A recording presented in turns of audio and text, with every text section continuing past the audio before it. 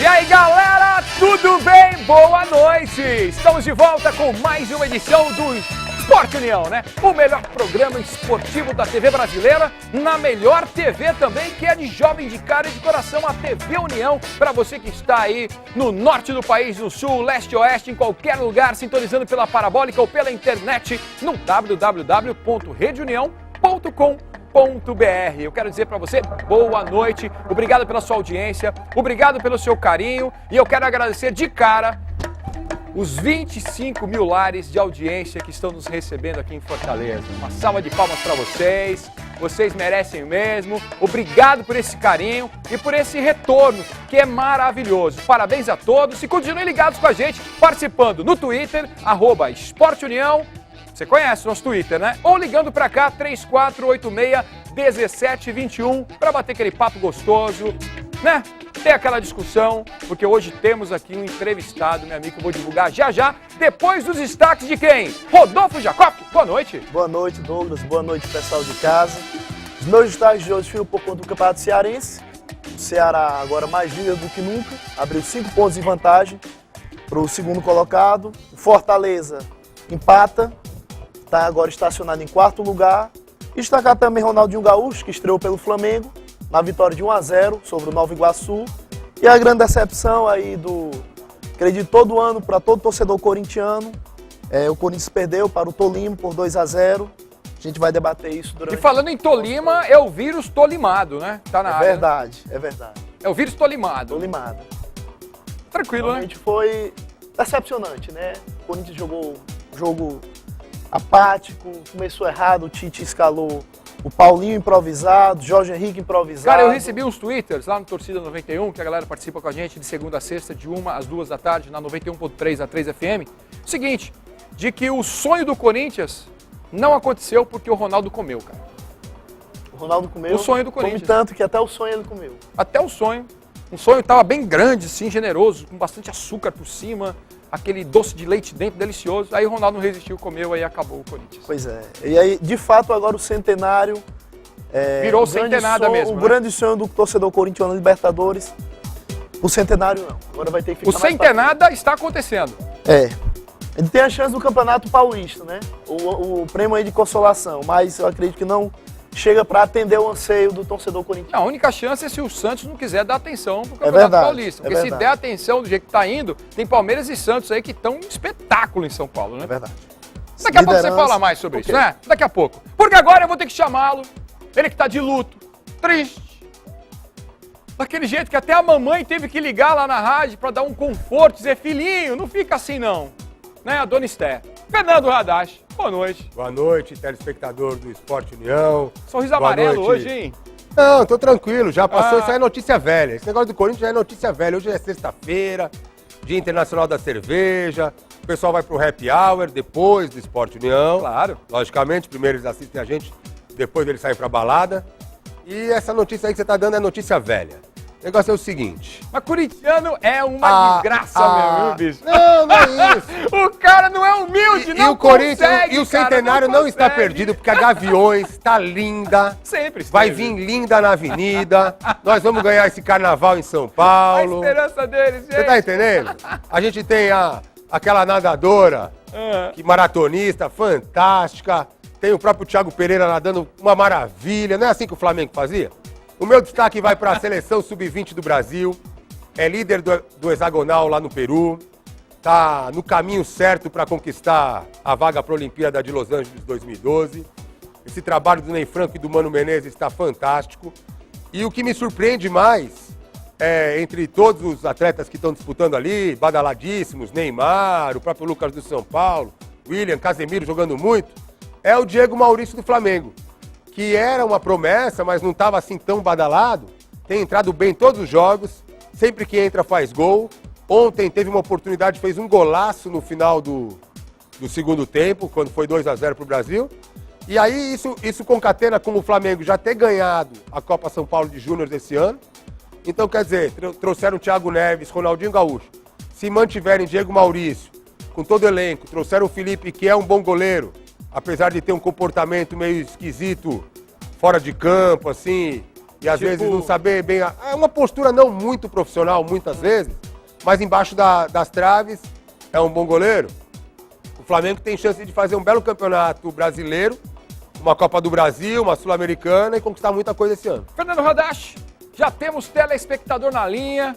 Antes de apresentar o nosso entrevistado, que daqui a pouquinho, depois da participação, então, eu vou apresentar, porque é uma pessoa que nós estamos estimando muito, porque pela primeira vez nós temos aí o atual presidente do Fortaleza Esporte Clube com a gente, Paulo Arthur. Daqui a pouquinho eu vou chamar ele. Vamos ver quem está na linha. Alô? Alô, Quem fala? Felipe, Fala, Felipe, de qual bairro? Maraponga. Beleza, um abraço para todo mundo da Maraponga. Pode falar, fique à vontade. Eu queria pedir pra vocês falarem um pouco mais do Palmeiras, né? Que roubou a liderança do Santos. Segura, viu, Douglas? Essa. Não, cara, o Santos empata com a Ponte Preta, mano. Tem razão. Certo? O Santos empata com o São Caetano, velho. O Santos tá querendo o quê, meu? Não sei o que tá acontecendo com a defesa do Santos. Mas fica tranquilo, que ainda tá tudo muito verde, muito no começo. E tá verde mesmo, né? Tá dando verdão, liderando o Campeonato Paulista. Mas valeu. Obrigado pela sua cabeça. Que a sacanagem era com o corintiano, é comigo, velho. Não. Tá louco você, hein, meu? O Palmeiras é o seguinte, Felipe. Todo mundo já sabia que o Palmeiras não fez realmente uma grande campanha no passado. O momento do Palmeiras estava muito conturbado politicamente com essa eleição. Inclusive a oposição agora deu uma trégua, deixando o presidente trabalhar. O próprio Filipão não conseguia ter, assim, um sossego e um ambiente para realizar um trabalho. A poeira baixou um pouquinho, o Palmeiras não está com dinheiro, mas o ambiente melhorou. O Filipão é um grande técnico e ele sabe trabalhar tanto com grandes jogadores como operários. E o Palmeiras tem grandes jogadores como Valdívia, Kleber, Marcos Assunção e outros que estão por lá. Tem uns garotos, esse Patrick que está entrando, tem outros garotos chegando. Quer dizer, um time bom, não é um grande time, mas tem um grande técnico, um ambiente um pouco melhor e está realmente fazendo um bom campeonato paulista. Agora, um bom começo, tem tudo até, pode ter um bom resultado domingo, vai ter Corinthians e Palmeiras. O Corinthians, sempre que ele é derrotado na Libertadores, ele é eliminado da competição internacional. As duas outras vezes que ele foi eliminado e enfrentou um clássico, ele saiu derrotado. Então ele nunca venceu um clássico depois de ser após ter sido eliminado da Libertadores. Vamos ver se o Corinthians quebra o tabu nesse domingo. Sim. A gente deseja que sim. A gente sou eu mesmo. E a torcida corintiana, lógico. Claro. E a minha mãe, que quer que eu me recupere, como o Douglas falou, dona Esther, um beijo pra senhora. E é o seguinte, o Palmeiras ele tem tudo para fazer um bom campeonato. Mas eu lembro um ano que o Palmeiras vinha embalado, o Leão era técnico. O Palmeiras vinha muito embalado até jogar com os grandes. E quando começou a pegar clássicos e enfrentar os grandes, ele foi sendo derrotado e depois não chegou nas finais. Esse ano, a tendência é que todos os grandes cheguem às finais, pelo menos ao octagonal, porque foi por isso que ele foi criado, para os grandes chegarem. Mas depois é que o bicho pega. Fernandinho, seguinte, vou logo chamá-lo com muito carinho. Já está sentado com a gente aqui, Paulo Arthur, presidente do Fortaleza Esporte Clube. Boa noite. Boa noite a todos os telespectadores tricolores. A gente tá aí para poder. Mas tem que dizer também pro Alvinegro, Não, Alvinegro pra já galera, tá. pra todo mundo, Alviverde, tá todo mundo assistindo. Alviverde, tudo. Não, mas aí a torcida tricolor, que amanhã eu quero que ela esteja lá com a gente lá no PC, que vai ter um jogo muito difícil contra o Guarani. E vai ser da nossa reabilitação, se Deus quiser. Então pronto, tá aí. É necessário, né, Paulo? Né? Necessária essa reabilitação, porque eu tô acompanhando aqui a tabela, vocês estão com 12 pontos. Em quarto colocado Em quarto colocado, só que o geral. próprio Guarani, que é o Guarani de Juazeiro, não é isso? Sobral. Não, Amanhã é o Sobral. Guarani de Sobral. Mas o Guarani de Juazeiro, Tá colado. ele tem um jogo na... E se ele vencer o jogo dele e vocês perderem, ele ultrapassa vocês. Não, Guarani de Juazeiro não. Em casa é que tem um jogo a menos. Não, você não tá entendendo. O Guarani de Juazeiro, vencendo o compromisso dele nesse final de semana, Sim, e sim, o Fortaleza exato. perdendo, ele Isso. ultrapassa o Fortaleza. Tem 11 pontos o E Guarani de aí Juazeiro. resta um jogo só. Em compensação, o Fortaleza ganhando amanhã e o Guarani perdendo e o próprio Itapipoca não vencendo, vocês já estão classificados. É interessante isso aí, né? Fazer essas contas, essas matemáticas aí, porque A gente tudo faz, é. não, aqui é pra faz- isso, aqui é pra dizer o que os outros coisa, não né? dizem. Segunda-feira Mas a gente tira a teima, né? Inclusive, quando me perguntam qual é o resultado do jogo, eu digo, quando terminar, eu lhe aviso, lhe falo qual foi o resultado, porque eu não sou muito de fazer esses prognósticos, né? E amanhã é um jogo de 6 pontos, como a gente chama, né? Que sempre ganhar do Guarani, a gente passa dele e fica numa situação um pouco melhor. Paulo Arthur, galera, só para soltar logo aqui essa nossa semana esportiva, que foram os principais acontecimentos que estiveram no Brasil e no mundo em destaque. Vamos conferir.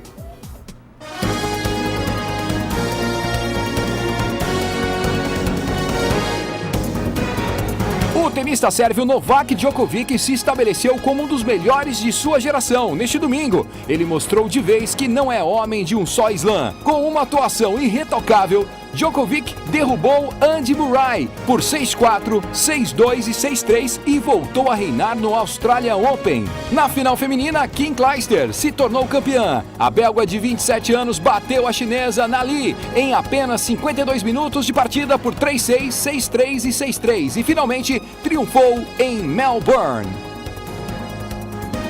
Pouco mais de um mês depois de ter sido dispensado pelo Pinheiros, Rodrigão acertou com um novo clube.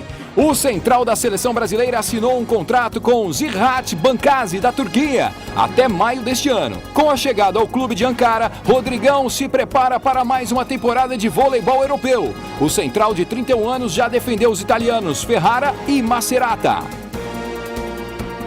No dia 1º de fevereiro de 2001, um craque surgia no futebol. Kaká estreava no São Paulo há exatamente 10 anos no empate em 1-1 com o Botafogo, pelo extinto torneio Rio-São Paulo. Hoje o jogador é uma das maiores estrelas do futebol mundial e a personalidade brasileira mais seguida no Twitter.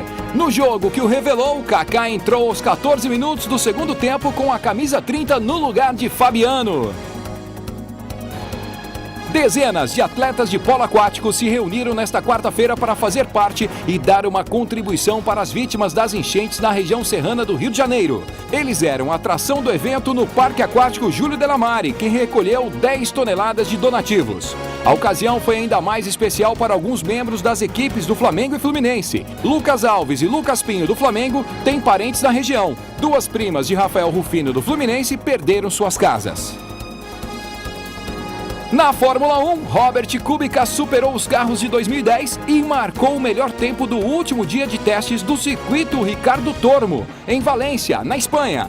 O piloto da Renault Lotus marcou o tempo de 1 minuto, 13 segundos e 144 centésimos a apenas 1 hora do fim das atividades e superou o tempo de Adrian Sutil, segundo colocado com a velha Force India, por apenas 57 milésimos. Jason Button, com a McLaren do ano passado, foi o terceiro.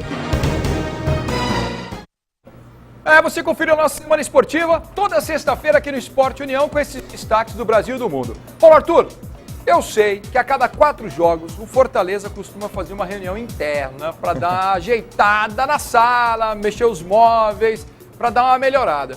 Vocês tiveram uma derrota e 3 empates, se eu não me engano, nessa sequência de jogos. E essa reunião já aconteceu? E se aconteceu, o que foi decidido? Bom, o que a gente reuniu foi que no começo do campeonato a gente trouxe vários jogadores e o treinador e falou que na 4ª rodada a gente teria que fazer uma reunião para poder saber se estava satisfeito, se o time estava rendendo. Diante disso aí a gente fez a reunião e achou que estava tudo bem. Só que depois dessa reunião o time começou a cair um pouco, com 3 empates. A derrota para o Ceará não conta tanto que é um clássico, né? Tudo pode acontecer, né? E mais os outros 3 jogos, que foi o jogo de Limoeiro, do próprio Horizonte ontem e do Guarani de Juazeiro em casa. A gente não ficou satisfeito com o rendimento do clube, principalmente de alguns atletas, que a gente não vai citar, porque afinal de contas é um time de futebol, não é só um. E daí a gente está conversando com eles para poder eles tentarem resgatar o começo do campeonato, que foi muito bom. Teve um jogo muito bom que foi contra o Itapipoca. Então a gente está sempre ali cobrando, né, e falando para eles que a gente está fazendo o possível e o impossível para poder dar condição de trabalho a eles, boa. Então a gente cobra sempre, vai cobrar sempre. Não quando os resultados vierem ruins, também quando o resultado for bom e tiver alguma coisa errada, eu vou cobrar sempre. Paulo, seguinte, a cidade ontem teve até um apagão aqui no meio da noite, né? Foi geral no Nordeste. A gente está passando por uma temporada de chuva e isso atrapalha muito a ida do público aos estádios. Mas essa quarta-feira teve o jogo do Fortaleza, foi em Horizonte. Horizonte é perto daqui, a gente não pode considerar que é muito longe, porque não é, no máximo 40 quilômetros. E foram, se eu não me engano, 1.059 ou 1.095. No Bordeiro, o público pagante é esse. Ou seja, pouco mais de 1.000 pessoas. É difícil para um jogador jogar para tão pouca gente, jogador de um clube grande como Fortaleza, que pela torcida Ibope Revista Lance, Diário Lance e Ibope, tem a maior torcida do estado, na última pesquisa publicada, 1,5 milhão. 1,5 milhão, isso aí, menos de 1%. 0,1% da torcida. Vamos combinar que é muito pouco. E aí, falta motivação pro jogador, porque o jogo é que nem, imagina você tá no teatro, encenando uma peça para ninguém no teatro. Não é tão estimulante para quem tá fazendo a peça. É a mesma coisa pro jogador. Essa comparação, tudo bem, do teatro aí, até que você pode comparar, nossa, eu respeito, mas só que jogador de futebol, ele ganha bem, tá ganhando em dia. Então eles têm até o próprio empenho que eles têm que dar, porque eles têm um bicho a receber também por vitória. Então, independente de ter uma pessoa assistindo ou 100 mil assistindo, ele tem que ganhar o jogo, porque ele é pago para poder ganhar o jogo. E, além do mais, eles estão perdendo dinheiro com o bicho que não está sendo pago, porque eles não estão conseguindo as vitórias, né? Sim, mas eu sei que vocês não estão numa situação muito fácil lá no Fortaleza, devido aos últimos anos, até mesmo vocês sendo tetracampeões cearenses. Vocês estão disputando uma Série C, que com certeza ela dá prejuízo, né? Ela é deficitária, porque você tem que pagar a viagem do próprio bolso, a CBF não ajuda com as viagens, você não tem direito de televisão, não tem grandes rendas também. Então, quer dizer, é importante que a torcida compareça, porque a massa, além de entusiasmar mais, motivar os jogadores, ela paga o ingresso e esse ingresso reverte em receita para o clube. Isso é que eu falo, o torcedor realmente tem que nos ajudar, porque eu não peguei um clube milionário, né? A gente pegou um clube que tem as suas dificuldades, é como eu falo, não peguei do clube do zero, eu peguei do menos muita coisa, certo? Então daí a gente tem que a torcida tentar nos apoiar, como ela está apoiando já, ter um pouco de paciência, como ela está tendo paciência. Então eu acho que isso aí, o papel da torcida ela está fazendo o papel dela. Eu acho que os jogadores dentro de campo é que tem que corresponder, inclusive porque se eles tivessem ganho o jogo contra o Horizonte, amanhã a renda seria bacana, como foi nos jogos passados. Então, eu acho que realmente a torcida tem que apoiar e ela está apoiando. Eu espero que ela continue apoiando. Paulo Arthur, daqui a pouco, depois do merchandising do intervalo, a gente vai bater mais um papo com você. Ok. Liberar o telefone 3486-1721 para o telespectador em casa fazer a sua pergunta. Para o Paulo Arthur, que está aqui, o presidente do Fortaleza Esporte Clube. Não é todo dia que a gente tem um presidente de clube, meu amigo. Aqui no Esporte União. Disponível aí na televisão para você participar e fazer as perguntas para ele, ok?